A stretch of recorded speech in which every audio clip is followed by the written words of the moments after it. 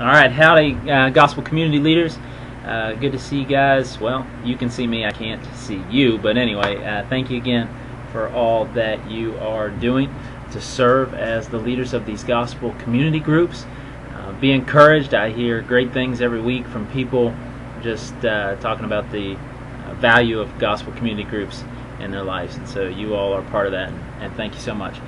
This week's week of questions is pretty straightforward. There's not a whole lot of complicated stuff. We've delved into some on some of the questions over the last 3 or 4 weeks. We've often either had at least 1 or 2 questions delving into kind of deep, maybe harder doctrines, harder theological issues as far as their complexity.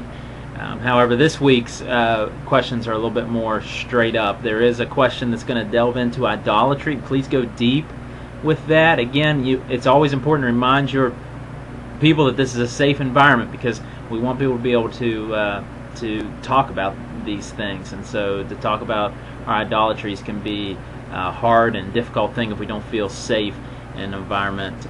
But so make sure that people know that this is a safe environment where they can talk about that, because it's essential that we dig deep into what can come between us or what can take the place in our lives that rightfully belongs to God as the source of all of our joy and all of our satisfaction, the source of everything, our number one treasure. And so because it's an important issue, again, make your people feel safe in that environment. Do the best you can for that, so we can really delve into that, not just for the sake of guilt, please not for guilt, but for the sake of, if you haven't listened to the sermon yet,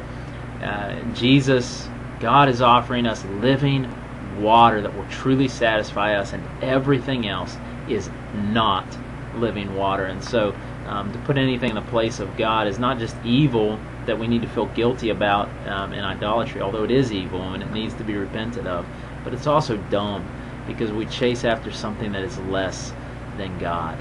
There's also questions this week about scripture reading, so take a chance to dive into that, see how people are doing when it comes to reading and memorizing their Bibles. There's some resources in Appendix A that can help folks along with that. Feel free to offer any other resources that you might have along those lines. Again, read through these questions before you get to groups, so you can kind of have a heads up as to where we're going. So you'll see the questions attached below. You'll see the sermon included below. You'll see some links to some resources below. But again, really it's more of a less complex set of questions this week, and so just take advantage of that. There's some opportunities to pray in the question set. There's some opportunities to kind of dig below the surface and talk to the hearts of our people with each other within our gospel community group. So take advantage of that and do that. One last thing, there's an announcement here. Redemption Church is in need of men for the security positions. Again, we have some elders that are serving in that role right now, and we'd like to pull them out of that so they can be involved in the services in case there's anything at all that they're going to need to do during the corporate worship gatherings. And so right now we have 3 of our elders serving on the security team, and so we'd love to have some more volunteers for that. You don't have to tell your group about the elders, but just so you know, as leaders, we'd like to get as many volunteers as we can to serve in that role of security. And all they do is just, if we have enough, one Sunday every 5, 6, 7 weeks, they just sit out there in the auditorium. They can listen to the service or sit out there in the lobby. They can listen to the service over the loudspeaker out there, and they just make sure nothing horrible goes down. And they also serve as an opportunity to extend hospitality to latecomers as well. So thank you all so much for all that you're doing. I'm praying for you, and I'm going to try to call you gentlemen this week as well, so you can ignore my call if you want to, but I know where you live, some of you. All right, bye.